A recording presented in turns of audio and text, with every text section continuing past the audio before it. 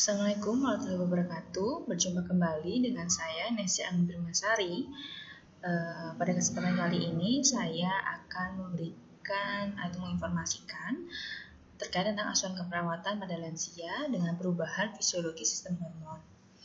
Nah, bagaimana kita ketahui ini adalah salah satu permasalahan pada lansia yang perlu kita ulas, dan juga bagaimana kita mengetahui secara perubahan secara fisiologis sistem hormon yang terjadi pada lansia. Berikut ini adalah pemaparannya. Penuaan atau disebut dengan aging merupakan suatu proses alami yang tidak dapat dihindari secara terus-menerus dan juga berkesinambungan. Selanjutnya, hal ini akan menyebabkan perubahan secara anatomis, fisiologis, dan juga biokimia pada tubuh, sehingga akan memengaruhi fungsi dan juga kemampuan tubuh secara keseluruhan. Hal ini diungkapkan oleh Mariam pada tahun 2008. Jadi pada semisal manusia itu secara proses pertumbuhan itu mengalami penuaan atau aging itu suatu hal yang lumrah dan manusiawi ya. Jadi setiap orang itu akan mengalami masa di mana dia akan mengalami keriputan dan juga tanda-tanda menuju ke lansia. Menua atau menjadi tua adalah suatu keadaan yang terjadi di dalam kehidupan manusia, di mana proses menua merupakan proses sepanjang hidup dan tidak hanya dimulai dari suatu waktu tertentu saja, namun juga dimulai sejak permulaan kehidupan. Jadi kalau misal di awal itu pada saat kita baru lahir ya, neonatus, kemudian dari bayi itu sudah menjadi proses penuaan itu semakin kita anak-anak, kemudian remaja, usia sekolah, lalu usia remaja, kemudian dewasa awal, pertengahan, akhir, kemudian menuju kepada lansia. Menjadi tua ini merupakan suatu proses alamiah yang berarti seseorang telah melalui 3 tahap kehidupan, yaitu anak, dewasa, dan tua, yang sudah saya jelaskan sebelumnya. Ini menurut Nugroho pada tahun 2006.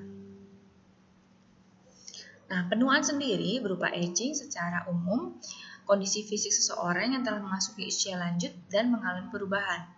Dan sebagian besar perubahan itu terjadi ke arah yang memburuk atau mengalami penurunan.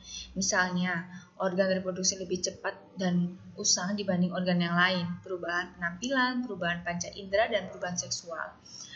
Beberapa hal ini muncul pada saat penuaan atau aging itu biasanya pada lansia mengalami perubahan pada panca indera ya.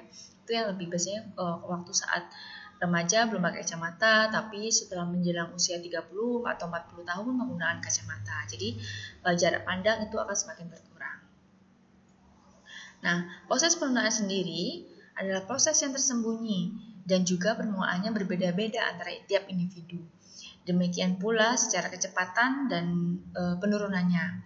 Perubahan ini meliputi perubahan kekuatan jantung, penurunan sekresi cairan pencernaan, penurunan aktivitas endokrin. Pada tingkatan psikologis misalnya, juga proses penuaan ini ditandai dengan lambatnya waktu beraksi, lambatnya proses belajar, serta penurunan daya ingat dan efisiensi intelektual. Menurut GA pada tahun 2000.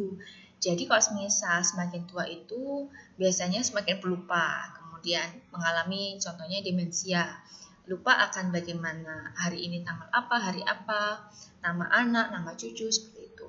Jadi kita harus mengontrol bagaimana lansia itu tetap mengetahui dan juga ingat terhadap keadaan yang dialami saat ini. Perubahan atau penurunan fungsi organ tubuh yang umumnya terjadi pada lansia itu terdapat beberapa ya. Ini sudah saya rangkum.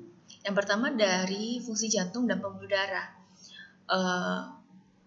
Kerja jantung akan mengalami penurunan dan juga pembuluh darah pun juga pengaliran darah pun akan mengalami keterlambatan dan juga volumenya itu akan semakin berkurang. Lalu pada sistem pernafasan akan mengalami penurunan, sehingga kalau misalnya buat berjalan dia akan lebih terengah-engah, ataupun aktivitas berat dia akan lebih cepat capek seperti itu. Fungsi ginjal karena kurangnya olahraga, kemudian kurang air minum, lalu ginjal ini akan semakin bisa menyebabkan beberapa penyakit yang bisa menyebabkan jadinya asites ataupun juga penyakit lain penyerta lainnya. adanya tulang dan sendi. Biasanya kalau misalnya lansia seperti ibu saya itu dia bisa terkena osteoartritis, atau juga biasanya pada lansia juga mengalami skoliosis ya, karena pembentukan tulang itu semakin karena beban yang terlalu berat dijalani selama masa kehidupan dari dewasa, berakibat pembentukan tulang belakang itu juga akan berpengaruh. Lalu penglihatan akan menurun, pendengaran juga akan mengalami penurunan, sistem kekebalan tubuh itu secara imun juga akan lebih mudah capek, mudah lelah, dan lebih sering, contohnya sering masuk angin, seperti itu. Sistem saraf, di mana di sini bisa terjadi bila pada lansia itu sering terjadi dengan kejadian stroke contohnya. Nah, beberapa hal ini juga harus diperhatikan kepada lansia. Kemudian pada sistem hormon secara hormonal, salah satunya mungkin berupa hormon reproduksi ya. Kalau pada wanita itu kalau misal sudah masuk ke dalam 40 ataupun 45 menginjak 50 tahun itu sudah masuk ke masa menopause, yang dimana secara hormon seksualnya ini menstruasi akan berkurang, kemudian tidak menstruasi kembali, lalu gairah untuk melakukan hubungan seksual akan berkurang, seperti itu. Dan penuaan kulit atau aging, kita dilihat di sini akan terjadi keriput. Keriput yang pertama kali sering muncul pada bagian wajah, dan juga kalau misal elastisitas dari kulit pun akan berpengaruh. Jadi kalau misal kulit itu kalau kita dicubit saja, kalau lansia itu akan mengendur seperti itu. Dan juga penurunan tinggi badan. Semakin usia semakin meningkat, otomatis tinggi badan itu akan semakin menurun. Jadi lansia itu akan mengalami pengurangan dari tinggi badan. Nah, terdapat faktor risiko yang membuat seseorang mengalami gangguan endokrin, yaitu adanya peningkatnya kadar kolesterol, riwayat keluarga dengan gangguan endokrin, inaktivitas, penyakit terhadap gangguan autoimun, pola makan yang tidak baik, jadi paling makan sedikit saja. Kehamilan pada kasus seperti hipotiroidisme, operasi, trauma, infeksi, atau cedera serius yang baru saja bisa terjadi, atau contohnya kecelakaan ataupun bisa berupa kena penyakit penyerta lainnya. Dan penyebab gangguan sistem endokrin itu dikelompokkan menjadi 2 kategori. Yang pertama, kelenjar menghasilkan terlalu banyak atau terlalu sedikit hormon endokrin yang disebut dengan ketidakseimbangan hormon. Dan yang kedua, pembentukan luka seperti bintil atau hormon pada sistem endokrin yang dapat atau tidak mempengaruhi kadar hormon. Jadi sini nanti akan dilihat bagaimana apakah dia kelenjarnya itu masih kelebihan atau pengurangan.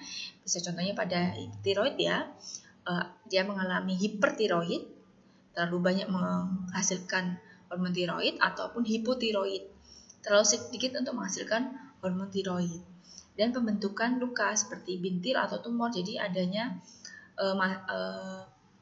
benjolan atau massa yang dimana ada di sistem endokrin. Contohnya bisa pada tiroid itu ada benjolan, ada tumor yang tumbuh di tiroid.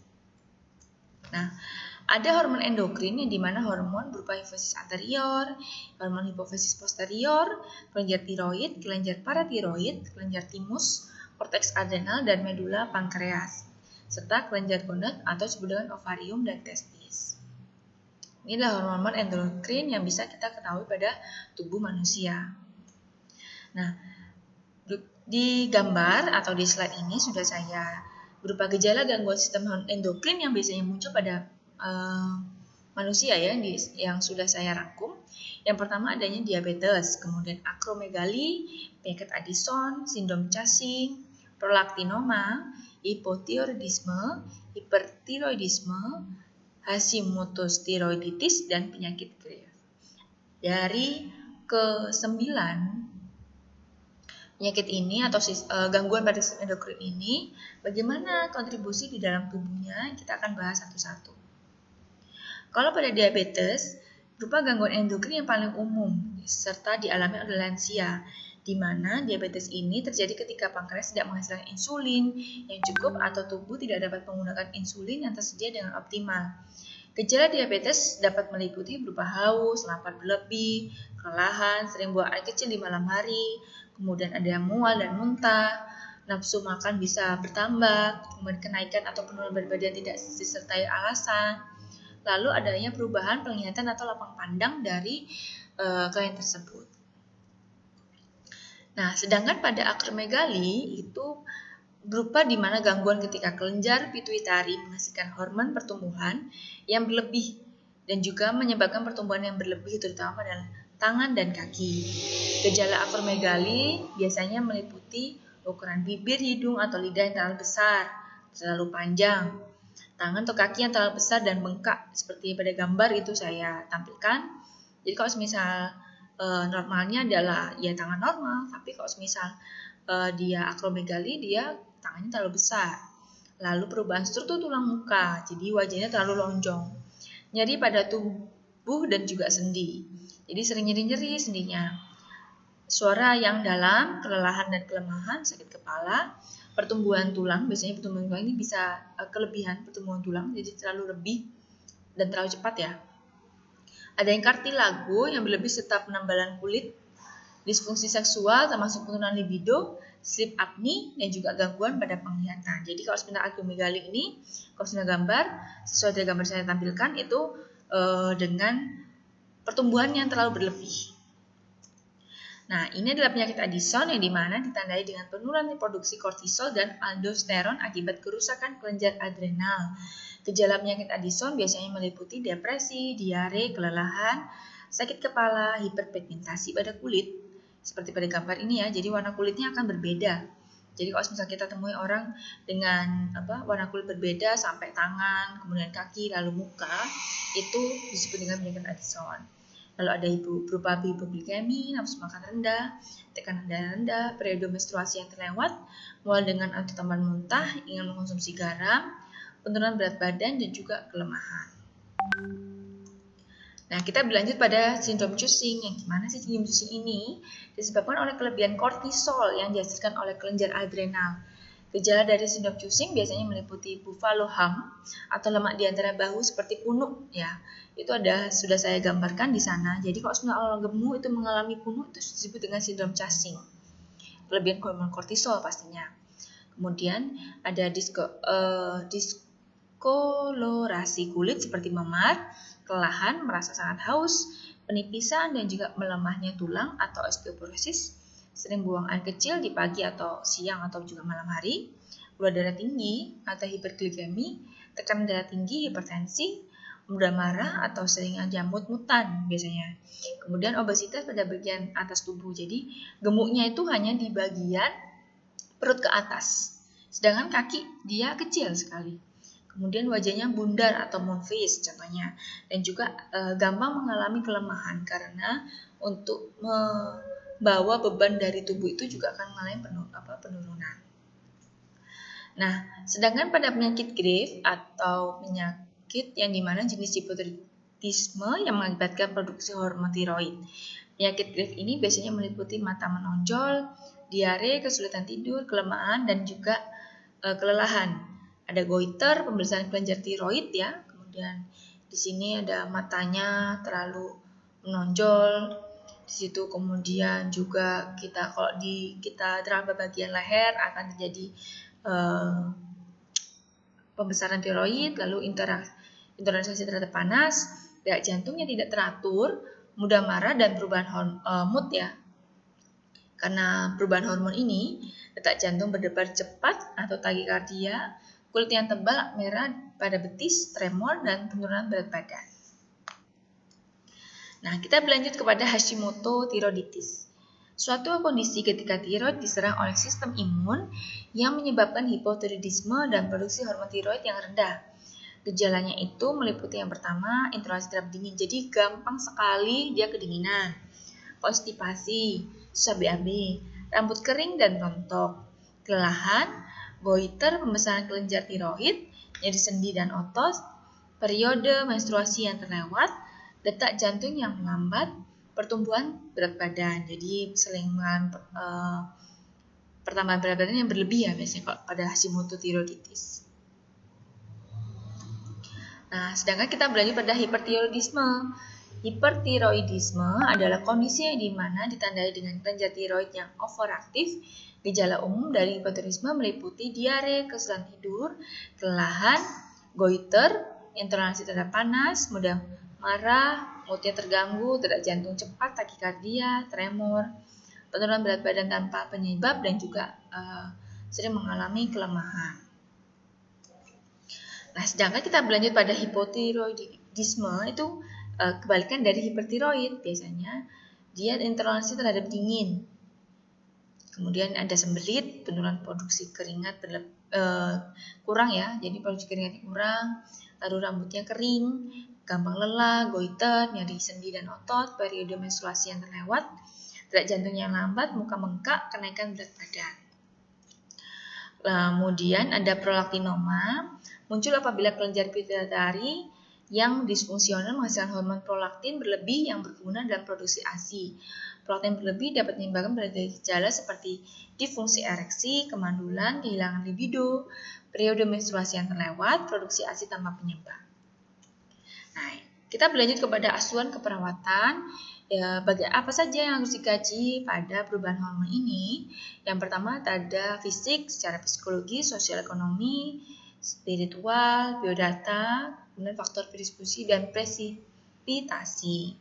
Sedangkan pada pemeriksaan fisiknya kita harus mengaji pada aktivitas istirahatnya bagaimana, apakah cukup atau tidak, sirkulasinya bagaimana, di lingkungannya atau tempat tinggalnya, integritas egonya, ini lebih kepada hormonnya bagaimana, mood atau tidak, gampang marah atau tidak, seperti itu. Eliminasi, apakah mengalami kesusahan pada saat BAB ataupun sering BAK, kemudian makan dan cairan, apakah banyak makan atau kurang makan, neurosensori, apakah secara sensorinya itu akan mengalami penurunan seperti cara pandang, kemudian juga secara atau sering mengalami mudah lupa seperti itu. Kemudian nyeri dirasakan apakah di bagian mana, apa bagian tulang belakang atau sendi-sendi yang mana mengalami nyeri, kita harus kaji. Kemudian keamanan, kalau misalnya pada lansia kita harus mengetahui kalau di rumah, kalau misalnya jalan bagian rumah mana yang harus dilakukan atau kelebihan dalam penanggulangan pengamanan, seperti contohnya pegangan, lalu ada tangga, kita harus menggunakan anti-slip seperti itu. Dan juga seksualitas pada usia-usia, apakah hormon ini, secara perubahan hormon ini ya pada lansia mempengaruhi dari segi seksualitas pada lansia.